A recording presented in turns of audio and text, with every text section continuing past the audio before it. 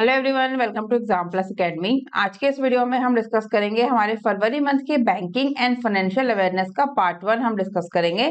और ये वीडियो आपको हिंदी इंग्लिश दोनों में मिलेगी। जल्दी मैं इसका पार्ट 2 और पार्ट 3 भी लेके आऊंगी। फरवरी मंथ का हमारा कंप्लीट हो जाएगा बैंकिंग एंड फाइनेंशियल अवेयरनेस, और इसका कंप्लीट पीडीएफ आप लोग लास्ट पार्ट आने के बाद नीचे दिए गए लिंक से डाउनलोड कर सकते हैं।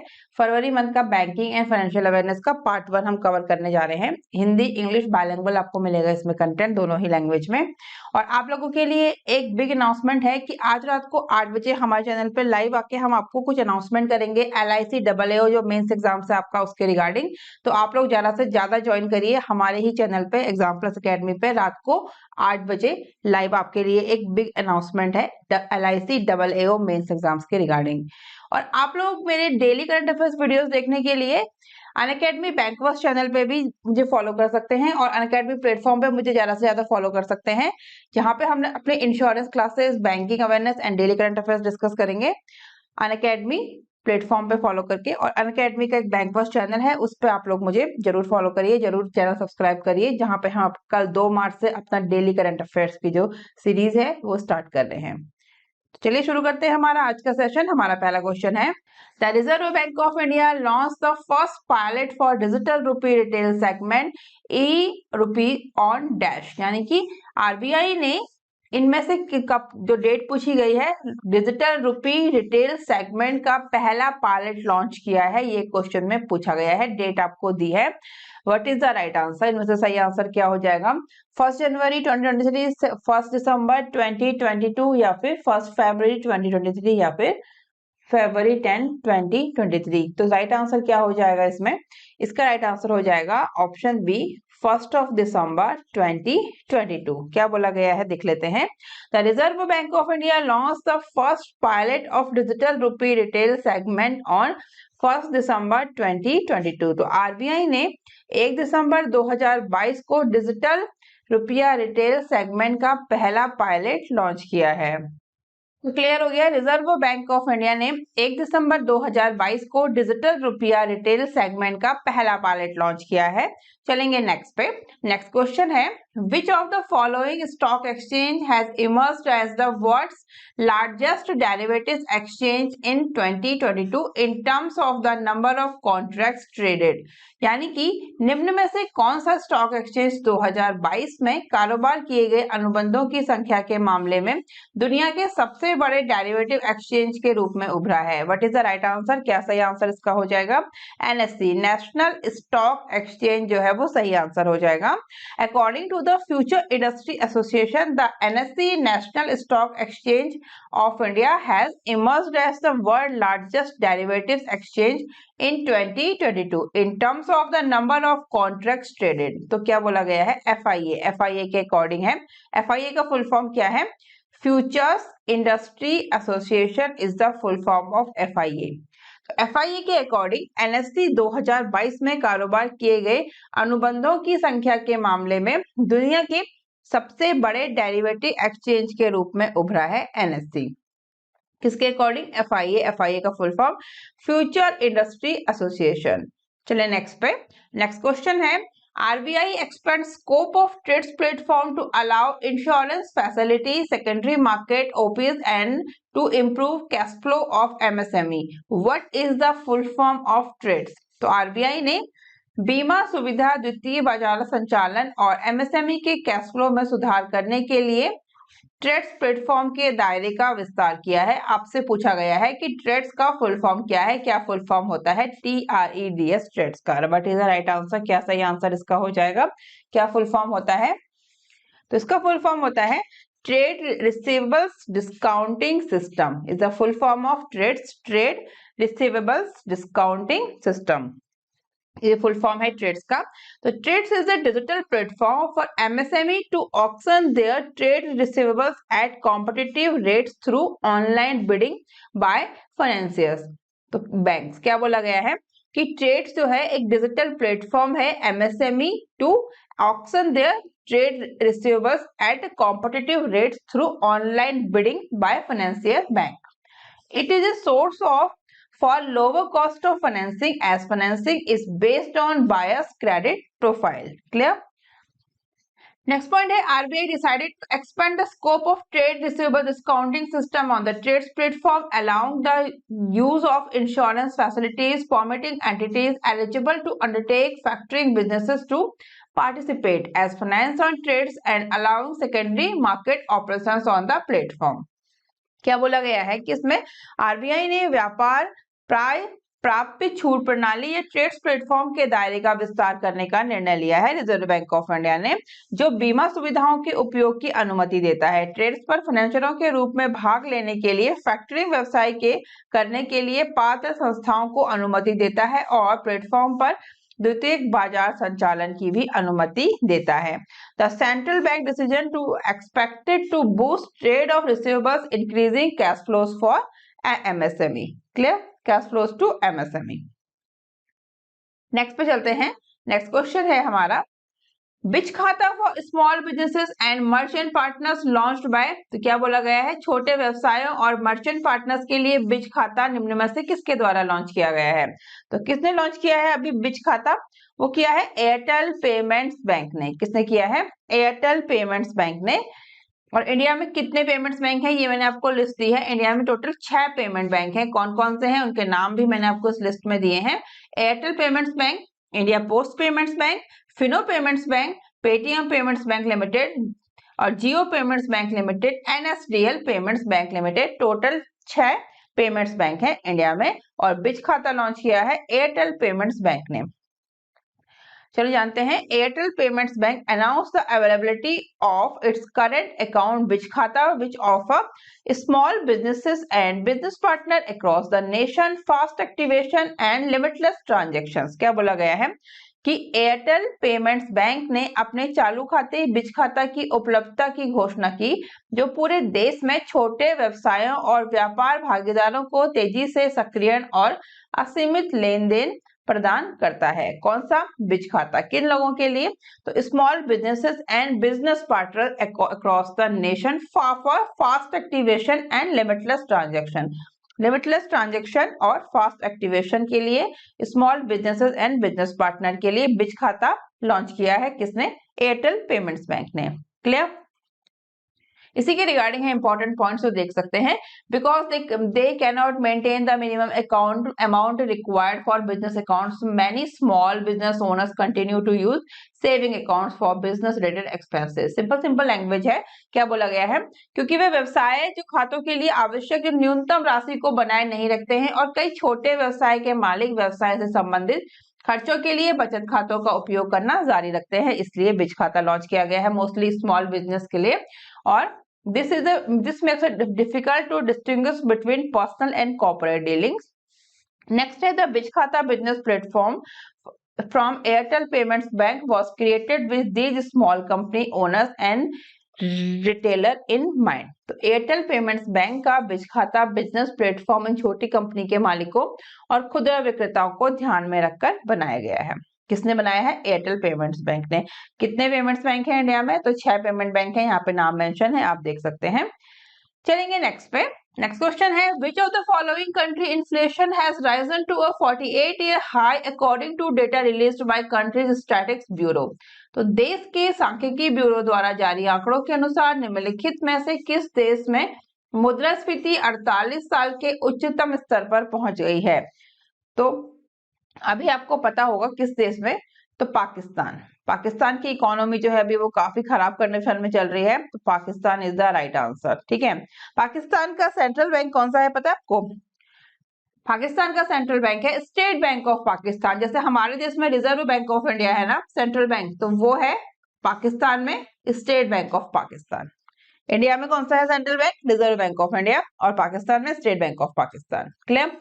बात कर लेते हैं इन्फ्लेशन की पाकिस्तान की। तो inflation has risen to a 48-year high in crisis hit Pakistan where the International Monetary Fund IMF is visiting to for urgent talks according to data released on 1st of February by the country's statistics bureau।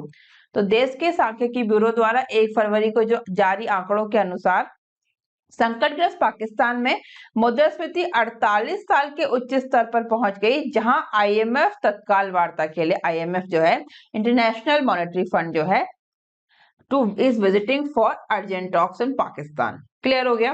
तो पाकिस्तान की सांख्यिकी जो है, पाकिस्तान की inflation has risen to a 48 year high according to data released by the country static bureau. और पाकिस्तान के central bank का नाम है स्टेट बैंक ऑफ पाकिस्तान।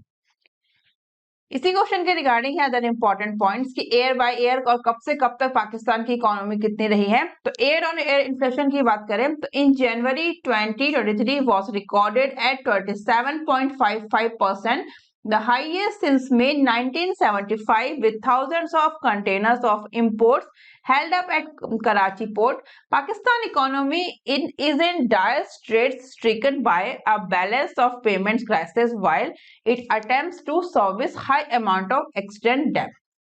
इसमें क्या बोला गया है कि जनवरी 2023 में साल दर साल यानी कि ईयर ऑन ईयर इन्फ्लेशन 27.55% दर्ज की गई है, जो मई 1975 के बाद से सबसे अधिक है। सबसे अधिक कितनी थी? 1975 मई में थी, और उसके बाद अभी जनवरी 2023 में दर्ज की गई है।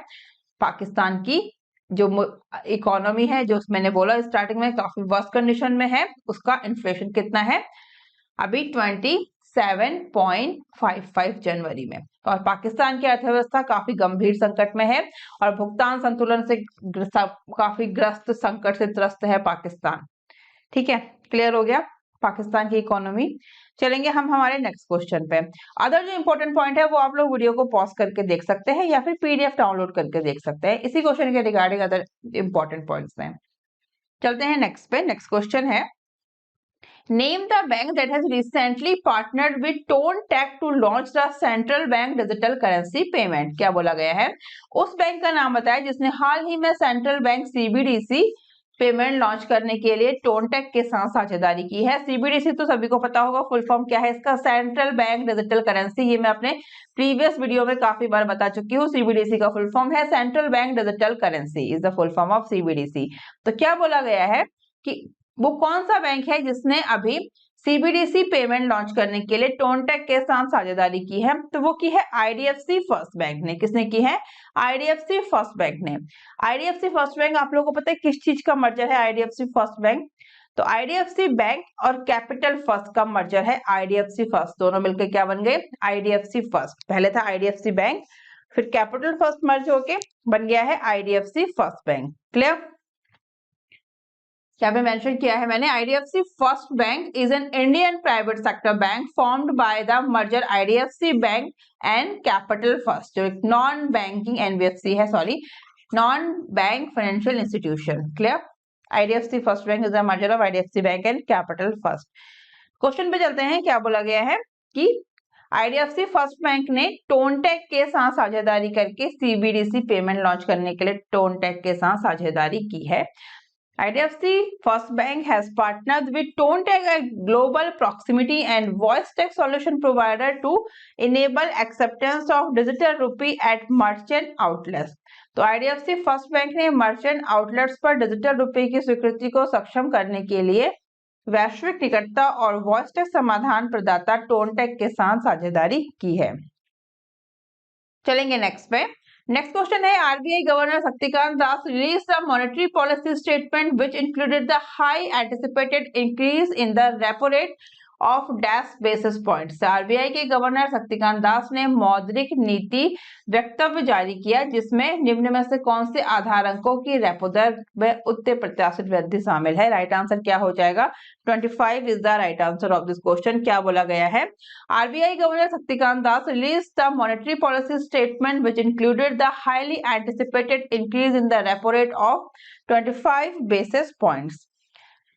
इंपॉर्टेंट पॉइंट देख सकते हैं। रेपो रेट की बात करें 6.50, SDF है 6.25 और MSF है 6.75। फुल फॉर्म क्या है? स्टैंडिंग डिपॉजिट फैसिलिटी और मार्जिनल स्टैंडिंग फैसिलिटी। नेक्स्ट पे चलेंगे। नेक्स्ट क्वेश्चन है, India received highest ever foreign inward remittances in a single year of $1 million in financial year 21-22। तो भारत ने वित्त वर्ष 2021-22 में निम्न में से कितने मिलियन डॉलर के एक वर्ष से अब तक का सबसे अधिक विदेशी आवक प्रेषण प्राप्त किया है? राइट आंसर क्या हो जाएगा इसका? 89,127 million dollar is the right answer During the 21-22, India received foreign inward remittances $89,127 million US, which was the higher ever inward remittances received in a single year. क्या बोला गया है इसमें? 2021-22 के दौरान भारत को 89,127 मिलियन अमेरिकी डॉलर का विदेशी आवक प्रेषण प्राप्त हुआ, जो एक वर्ष में प्राप्त अब तक का सर्वाधिक आवक प्रेषण था।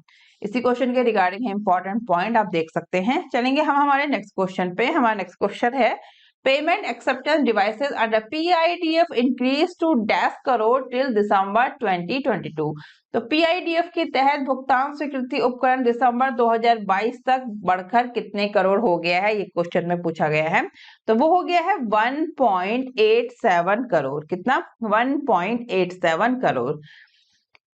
According to RBI most recent status, there were approximately 1.87 crore physical and digital payment acceptance devices deployed under the Payment Infrastructure Development Fund PIDF scheme as on 31st December 2022। क्या बोला गया है? RBI की सबसे हालिया स्थिति रिपोर्ट के अनुसार 31 दिसंबर 2022 तक PIDF योजना के तहत लगभग 1.87 करोड़ भौतिक और डिजिटल भुगतान स्वीकृति उपकरण तैनात किए गए थे। RBI announced the PIDF scheme on 5th of January 2021. The scheme's goal was to promote the implementation of physical and digital point of sale infrastructure in Tier 3, Tier 6 cities and northeastern states. The scheme will continue to cover street sellers in Tier 3, Tier 6 cities as it has in the past. यहाँ पे आपको location के साथ physical device और digital device दिए हैं, कहाँ पे कितनी है। तो Tier 3 और Tier 4 सेंटर्स की बात करेंगे तो यहाँ पे मेंशन है पूरा डेटा। ओवरऑल कितना है जो हमने लास्ट में कवर किया था? 1.87 करोड़। वो कैसे हो गया? तो ये सारी Tier 3, Tier 4 centres, Tier 5, 6 centre, ये सभी यूटीज और नॉर्थ ईस्टर्न स्टेट्स को इंक्लूड करके Tier 1 and Tier 2 centres PM Svanidhi scheme को सबको इंक्लूड करने के बाद फिजिकल डिवाइसेस, डिजिटल डिवाइसेस दोनों को प्लस करने के बाद हमारा टोटल कितना हो जा रहा है? 1.87 करोड़। ठीक है, कितना हो गया? 1.87 crore. Physical device, digital device, location के साथ आपको मेंशन है इसमें। टोटल कितना है प्लस करके? 1.87 करोड़। चलेंगे नेक्स्ट पे। नेक्स्ट क्वेश्चन है हमारा K Satyanarayana Raju named as the new MD and CEO of which bank in India. तो के सत्यनारायण राजू को भारत में किस बैंक का नया MD और CEO नियुक्त किया गया है, ये क्वेश्चन में पूछा गया है। तो किसका किया गया है? केनरा बैंक का। Canara bank is the right answer. The union government has appointed K. Satyanarayan Raju as its MD and CEO of Canara bank with immediate effect. ये है के सत्यनारायण राजू। इनको केंद्र सरकार ने तत्काल प्रभाव से केनरा बैंक के MD और CEO नियुक्त किया है। ये किसकी जगह लेंगे वो भी इंपॉर्टेंट है। कौन थे? He will be replacing LV Prabhakar who demitted office on 31st December 2022। He joined the erstwhile Vijaya Bank in 1988 and rose the level of Chief General Manager in Bank of Baroda। तो याद रखिएगा ये किसको replace कर रहे हैं, क्या नाम है इनका? LV प्रभाकर। केनरा बैंक की बात करेंगे, हेडक्वार्टर है बेंगलुरु और फाउंडर कौन है केनरा बैंक के? आमेबल सुब्बर राव बाई। और फाउंडेड स्थापना कब हुई थी? 1 जुलाई 1906 केनरा बैंक। नेक्स्ट पे चलें। नेक्स्ट क्वेश्चन है हमारा Which Ministry of India banned loans app including non-Chinese app like PayU, LazyPay and Kiss। तो क्या पूछा गया है कि भारत सरकार के किस मंत्रालय ने PayU के LazyPay और Kiss जैसे गैर चीनी ऐप जो हैं इनके सहित ऋण ऐप पर प्रतिबंध लगा दिया है? किसने? किस मिनिस्ट्री ने ये पूछा गया है कि बैन किया है लोन एप्स को जिसमें इंक्लूड है non Chinese app like PayU, LazyPay and Kiss। तो वो है ministry of electronics and information technology. MEITY is the right answer। The Indian government issued urgent and emergency order to restrict 138 betting and gambling applications and 94 loan providing apps. Players including PayU, LazyPay, Kiss and numerous more loan apps were impacted by the provision. Clear? Next पे चलें। इसके important points आप देख सकते हैं कि क्यों किया है। हम चलेंगे हमारे नेक्स्ट क्वेश्चन पे। नेक्स्ट क्वेश्चन है हमारा, dash tie up with NIIT for training program for relationship management role. तो संबंध प्रबंधन भूमिकाओं के लिए प्रशिक्षण कार्यक्रम के लिए NIIT के साथ डैश टाई अप किसका हुआ है? किसका टाई अप हुआ है? HDFC bank. HDFC bank is the right answer. क्या बोला गया है? HDFC bank, one of the leading private sector bank of India, has partnered with national institute of information technology limited, a global talent development corporation, to build a large pool of skilled virtual relationship management professional for the banking industry. HDFC bank Bharat के प्रमुख निजी क्षेत्र के बैंकों में से एक ने बैंकिंग उद्योग के लिए कुशल वर्चुअल रिलेशनशिप मैनेजमेंट पेशेवरों का बड़ा पूल बनाने के लिए एक वैश्विक प्रतिभा विकास निगम NIIT लिमिटेड के साथ साझेदारी की है। किसने की है? HDFC बैंक ने की है। क्यों की है? For training program for relationship management. Clear?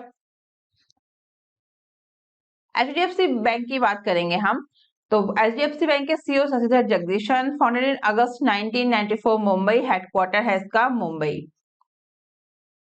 Clear?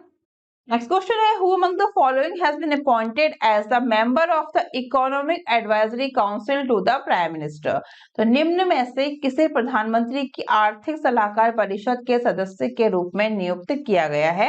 Right answer क्या हो जाएगा? Shamika Ravi. Shamika Ravi is the right answer. Economic advisor council, the PM, is independent body constituted to give advice on economic and related issues to the government of India, specifically to the Prime Minister. तो प्रधानमंत्री की आर्थिक सलाहकार परिषद, जिसका short में क्या नाम है? EACPM, यानी कि economic advisory council to the prime minister, Bharat को आर्थिक और संबंधित मुद्दों पर सलाह देने के लिए गठित एक इंडिपेंडेंट बॉडी है और स्पेशली जो है वो प्रधानमंत्री को, ठीक है, clear, specially to the prime minister.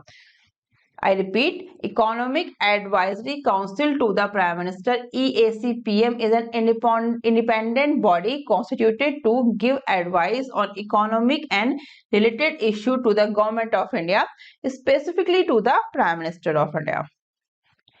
तो इकोनॉमिक प्रोफेसर एंड रिसर्चर हैं Shamika Ravi, has been appointed as member of the EACPM. She is currently non-resident senior fellow to the governance study program at the Brookings Institution, Washington DC. Next पे चलेंगे। Next question है, which company in India has accepted digital currency for payments? तो भारत में किस company ने भुगतान के लिए डिजिटल मुद्रा स्वीकार की है? तो वो की है रिलायंस रिटेल ने।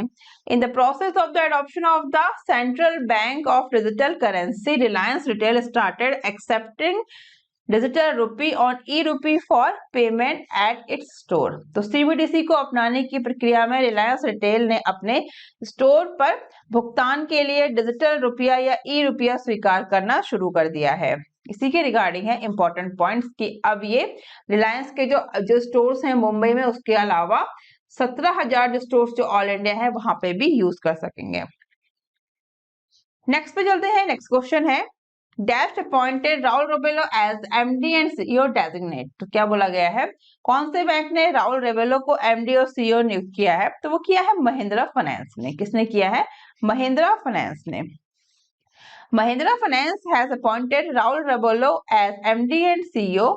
Mahindra finance is the vehicle financing unit of Mahindra and Mahindra group. तो इंपॉर्टेंट है कि कौन सी है? महिंद्रा फाइनेंस जो है वो एक व्हीकल फाइनेंसिंग यूनिट है महिंद्रा और महिंद्रा ग्रुप की, और अपना MD CEO नियुक्त किया है किसको? राहुल रेवेलो को।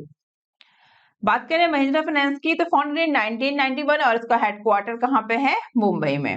राहुल रेवेलो is currently the Chief Operating Officer of the company and will take charge as MD CEO when Ramesh Iyer retires on 29th of April 2024. तो किसकी जगह लेंगे? रमेश अय्यर की, जो 29 अप्रैल 2024 को रिटायर होंगे। क्लियर? नेक्स्ट पे चलेंगे। नेक्स्ट क्वेश्चन है, asset reposition module for banks and NBFC launched by. तो बैंक और NBFC के लिए एसेट रिपोजिशन मॉड्यूल किसके द्वारा लॉन्च किया गया है, ये क्वेश्चन में पूछा गया है। राइट आंसर क्या हो जाएगा, Mobicule. Mobicule is the right answer. In Mumbai and industry first for banks and NBFC, Mobicule a specialist in डेब्ट collection has announced the release of its M-Collect reposition module। तो मुंबई में बैंकों और एनबीएफसी के लिए उद्योग में पहली बार कर्ज वसूली के लिए विशेषज्ञ मोबिक्यूल ने अपने M-Collect रिपोजिशन मॉड्यूल को जारी करने की घोषणा की है। As a component of its debt collection and recovery product, the groundbreaking asset reposition solution, its comprehensive solution that maps all the intricate steps involved in the reposition of an asset. The reposition module will cover and fill in any hole in the entire process, including क्या क्या include है उसमें clear कर लेते हैं, identification, allocation, digitization and automation of the repo kit, evidencing yard submission, yard acknowledgement with evidencing auction and release process। Clear? Next पे चलते हैं। नेक्स्ट क्वेश्चन है, which public sector has launched pay as you drive vehicle insurance policy. तो किस public sector ने launch किया है पे एज यू ड्राइव वाहन बीमा पॉलिसी? तो किसने की है, न्यू इंडिया एश्योरेंस ने की है। New India assurance is the right answer. तो न्यू इंडिया एश्योरेंस लिमिटेड, पहले न्यू इंडिया एश्योरेंस को जान लेते हैं। तो न्यू इंडिया एश्योरेंस लिमिटेड जो है उसकी स्थापना किसने की थी, सर दोराबजी टाटा ने की थी। कब की थी, 1919 में की थी। और नेशनलाइज कब हुई थी, 1973 में। इंपॉर्टेंट है एलआईसी एग्जाम के लिए कि कब ये नेशनलाइज हुई थी न्यू इंडिया एश्योरेंस, तो 1973 में ये नेशनलाइज हुई थी। फाउंडर इसके थे sir Dorabji Tata in 1919। New India Assurance has launched a pay-as-you-drive policy which offers a comprehensive motor insurance policy that charges a premium based on the uses of the vehicle. The policy has two components, third-party cover and own damage cover। ठीक है, तो new India assurance ने pay as you drive policy launch की है, जो एक व्यापक motor बीमा पॉलिसी प्रदान करती है, जो वाहन के उपयोग के आधार पर प्रीमियम चार्ज करती है। पॉलिसी के दो घटक हैं, थर्ड पार्टी और ऑन डैमेज कवर। बात करेंगे न्यू इंडिया एश्योरेंस की। तो न्यू इंडिया एश्योरेंस की बात करें तो founded in 23 July 1919 in Mumbai, headquarter Mumbai. Founder हैं Dorabji Tata, sir Dorabji Tata. Clear? Next पे चलेंगे। नेक्स्ट क्वेश्चन है, which country announce the decision to remove its monarchy from its bank notes. तो किस देश ने अपने बैंक नोट से अपनी राजशाही को हटाने का निर्णय की घोषणा की है? तो वो की है ऑस्ट्रेलिया ने। Australia is the right answer. Australia announced it will be erase the British monarch from its bank note, replacing the late queen Elizabeth second images on its $5 note with a design honouring indigenous culture. तो Australia ने घोषणा की है कि वो अपने bank note से British सम्राट को मिटाएगा और दिवंगत महारानी एलिजाबेथ द्वितीय की छवि को $5 पर स्वदेशी संस्कृति का सम्मान करने वाले डिजाइन के साथ बदलेगा। तो कौन थी, late queen Elizabeth second. The central bank decision to leave her successor Charles third of the $5 note means no Britain based monarch will remain on Australia paper currency. Queen Elizabeth's death on September 8 last year was marked by public mourning in Australia, but some indigenous groups also protect the destructive impact on colonial Britain in the time, calling for the ambitions of monarchy। Exams के point of view से important नहीं है, तो बस general knowledge के लिए है। चलेंगे नेक्स्ट पे। नेक्स्ट क्वेश्चन है, who has been appointed by RBI as member of the advisory committee of Shrey Infrastructure Finance Limited and Shrey Equipment Finance Limited। तो RBI ने Shrey Infrastructure Finance Limited और Shrey Equipment Finance Limited की सलाहकार समिति के सदस्य के रूप में किसे नियुक्त किया है, ये क्वेश्चन में पूछा गया है। तो किया है V Ramachandra। V Ramachandra is the right answer of this question। V Ramachandra, a former Chief General Officer of Canara Bank, was appointed by the Reserve Bank to the Advisory Committee of Shrey Infrastructure Finance Limited and Shrey Equipment Finance Limited। Clear? The RBI has created a 3-member advisory council to support the administrator of 2 crisis-ridden enterprises after replacing the boards of SIFL and SCFL in October 2021। Next पे चलेंगे। Next question है who among the following was appointed by Morgan Stanley as its country head for India. निम्नलिखित में से किसे Morgan Stanley ने भारत के लिए अपने कंट्री हेड के रूप में नियुक्त किया है? किसको किया है? राइट आंसर क्या हो जाएगा? Arun Kohli is the right answer. Morgan Stanley named Arun Kohli as the new India head to replace Sanjay Saha, a veteran of 26 years at the firm who is retiring. Kohli, currently the Chief Operating Officer for EMEA, will head the US bank business in the country, according to a memo seen by Bloomberg News. तो Morgan Stanley ने firm में 26 साल के अनुभवी संजय साहा की जगह लेने के लिए अरुण कोहली को नए भारत प्रमुख के रूप में नामित किया है। किसकी जगह लेंगे अरुण कोहली? संजय साहा की। ठीक है। मॉर्गन स्टैनली की बात करेंगे। सीईओ कौन है? James P Gorman, founded in 1 सितंबर 1935। हेडक्वार्टर है इसका न्यूयॉर्क यूएस में। किसकी बात हो रही है? मॉर्गन स्टैनली की।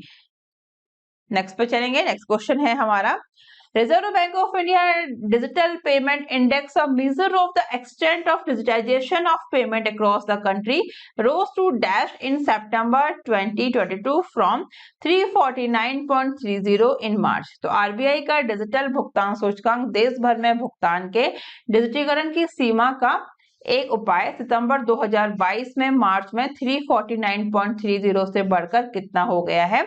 तो वो हो गया है 377.46। कितना हो गया है? 377.46। Digital payment across the country registered a growth of 24.13% in a year through September 2022 as per the RBI Digital Payment Index, which measures the adoption of online transaction. Next पे चलेंगे। नेक्स्ट क्वेश्चन है हमारा dash announce the debut of a service that will enable its Indian users who are traveling overseas to pay foreign businesses using the UPI।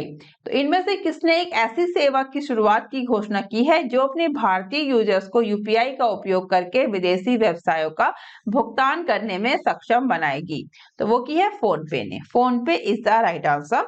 The Walmart backed finance app PhonePe claim to be the first to do so in India. तो Walmart समर्थित वित्त app PhonePe ने भारत में ऐसा करने वाला पहला app होने का दावा किया है फोनपे ने।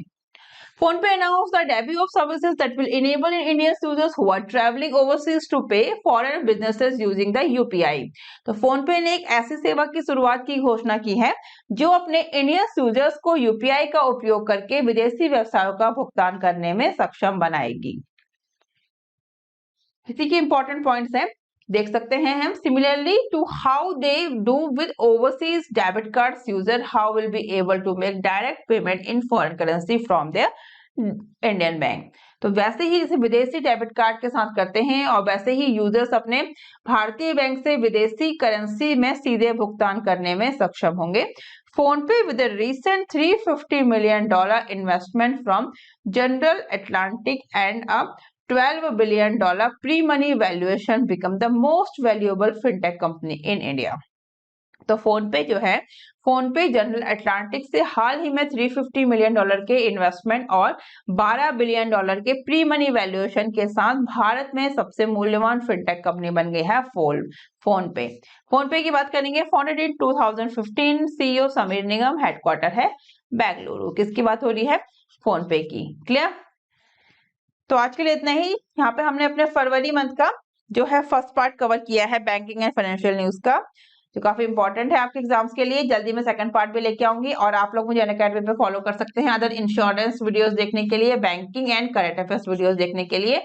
बैंक बस चैनल है अनअकैडमी का, उस चैनल पे भी आप लोग मेरे कल 2 मार्च से डेली करंट अफेयर्स वीडियोस देख सकते हैं, जो आपके एग्जाम्स के लिए काफी हेल्पफुल रहेगा। और सबसे इंपॉर्टेंट अनाउंसमेंट है कि आज रात को 8 बजे एग्जाम प्लस चैनल पे 8 PM, ठीक है, नाइट रात को 8 बजे एग्जाम प्लस चैनल पे आप लोग ज्यादा से ज्यादा जुड़िए और हम एक बिग अनाउंसमेंट करेंगे आपके LIC WA एग्जाम्स के मेंस के लिए। आप लोग वहां पे ज्यादा से ज्यादा ज्वाइन करिए। आज रात 8 बजे एग्जाम प्लस चैनल पे हमारे लाइव में, ठीक है। तो यहाँ तक सब क्लियर। तो आज के लिए इतना ही, जल्दी मिलते हैं सेकंड पार्ट में। Thank you, thanks for watching.